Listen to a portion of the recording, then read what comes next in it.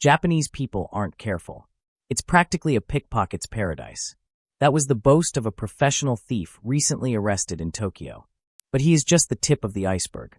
From Japan's subways to Singapore's jungles, a wave of Chinese organized crime is suddenly going global. Why are they fleeing China now? Today, we uncover the legend of the King of Thieves, the dark underworld of these gangs, and the economic collapse fueling this exodus. Welcome to China Uncovered. Sitting in the back of the patrol car, Yang Sakwin and Liu Dezhong are identified as 39-year-old Chinese nationals. They were recently arrested by Japanese police for serial pickpocketing within the Tokyo subway. Back in June on the Chiyoda line, the pair snatched a woman's wallet holding about 16,000 yen, or roughly $113 in cash. Security footage revealed that these two Chinese men typically operated as a team. One would commit the theft while the other stood guard, ensuring nobody approached from the next car. As of 2023, they had entered Japan 16 times in 3 years. During that span, 189 pickpocketing cases were confirmed, with 91 overlapping perfectly with their visit dates. The Tokyo Metropolitan Police are investigating if these crimes are linked to the two men. On December 5th, another habitual offender, Huang, was arrested for theft in Japan. Reports indicate Tian had stolen wallets from over 100 people. Footage shows him boasting at his arrest, saying, "Japanese people aren't careful. It's practically a pickpocket's paradise." Japanese police state that Tian joined a Chinese pickpocket gang in his youth, mastering the quick steal technique. During interrogation, he admitted to the charges, stating, "In Japan, many people carry cash and aren't careful, making them easy targets." As China's economy continues to struggle, citizens' living standards have drastically decreased. Consequently, profits for domestic theft rings have dropped, leading many thieves to form groups and target international markets. Popular targets include Japan, Singapore, Malaysia, and Thailand, with some criminals even caught stealing aboard airplanes. On August 5th, Thai police announced the capture of a Chinese theft ring suspected of stealing a Canadian woman's safe valued at over $18,000. Investigations revealed these suspects were frequent visitors to Thailand, entering as tourists. The 4 arrested Chinese nationals were apprehended at a Bangkok residence where police seized numerous tools and stolen goods. Evidence included 8 phones, 2 motorcycles used for crimes, clothing, blue helmets, lockpicking gear, and large amounts of cash and valuables. In a separate case on August 8th, 4 Chinese men entered Singapore from Malaysia and attempted a crime that very evening. The Singapore police force quickly identified and arrested them, capturing all 4 within a single day. Reports state that officers patrolling the rail corridor noticed several suspicious men who immediately fled into the nearby jungle. Officers immediately alerted superiors, deploying a massive search operation. That night, 2 of the suspects were apprehended in the jungle. A third suspect was caught near a shopping mall later that evening, and the last suspect was arrested the following day at a hotel. It is important to know that these thieves who have crossed borders and spread their criminal activities worldwide are not driven by poverty. Most of them turned to international crime because of the deteriorating economic environment in China, feeling they had no other options but to target overseas locations. Additionally, many of these individuals have criminal records in China, and if caught, they could face severe penalties. They exploit the relatively lower level of public awareness and prevention, particularly in countries like Japan. When people think of Chinese thieves or crime lords, names like the infamous 3 big thieves of Hong Kong come to mind. These men were notorious for their armed robberies and kidnapping of wealthy individuals.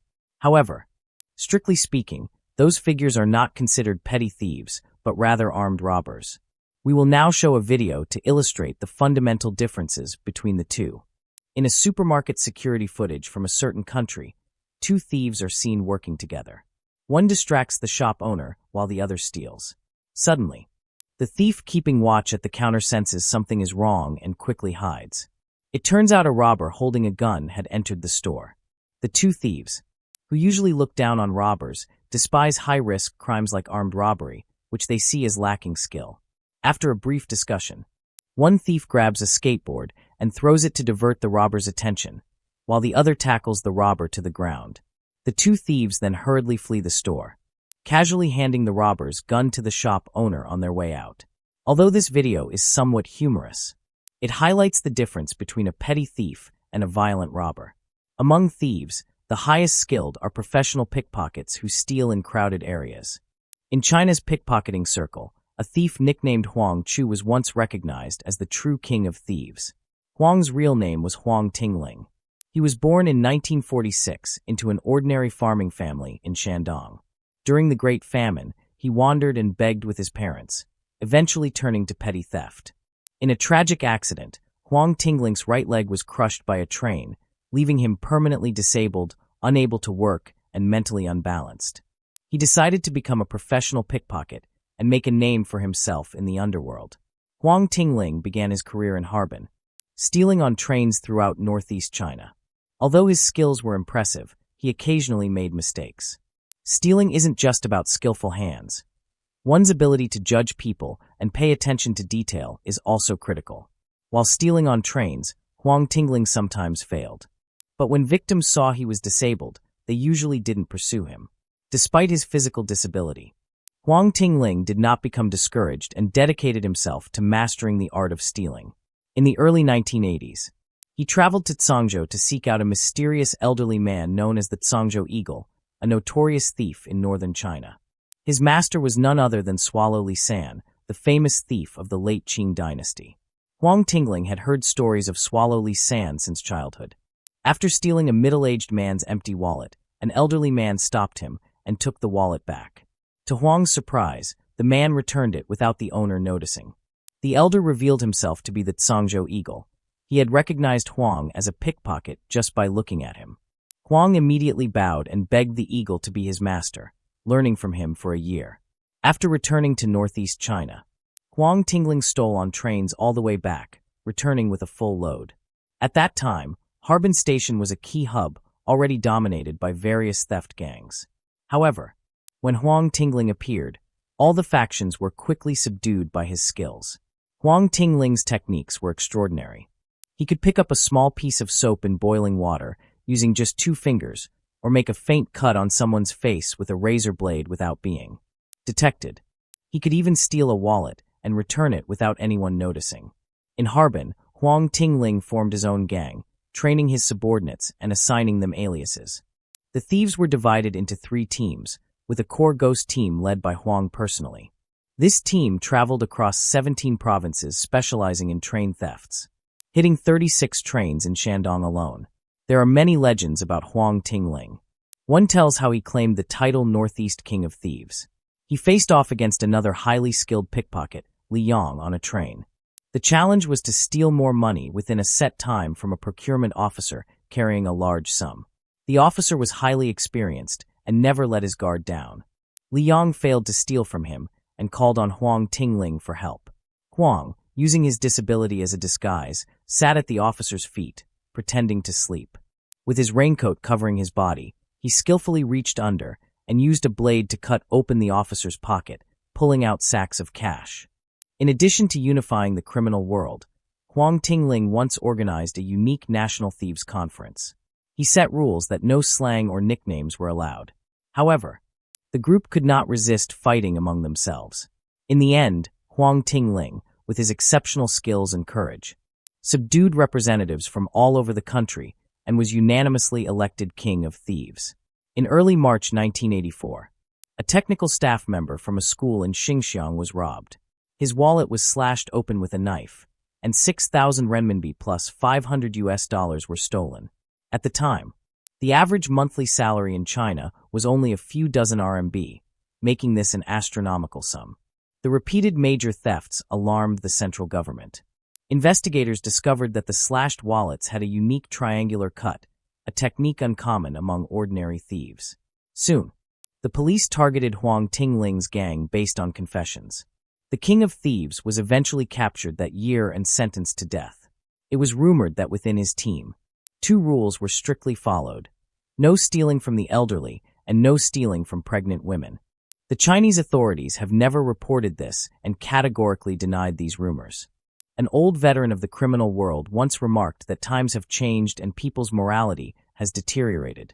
Huang was considered one of the worst criminals of his time and was punished accordingly. However, back then he could still establish such rules. Something unthinkable today, as the CCP does not support such codes. In 1959, just before the Great Famine, a young man asked a prophet, "What will the world be like in the future?" The reply was, "There are thieves everywhere." During the famine, this prophecy came true. With land collectivized and grain surrendered, stealing became the only way to survive. Except for officials, almost everyone had to resort to stealing. The policies of the Chinese Communist Party forced people into theft, a practice that began as soon as they came to power. In the 1980s, factory theft rose. Both cadres and workers stole products or materials. In China, theft is often not seen as shameful, but as taking. The phrase "if you don't take it, it's a waste" is commonly heard. There's an old Chinese saying, "The thief who steals pearls is a criminal.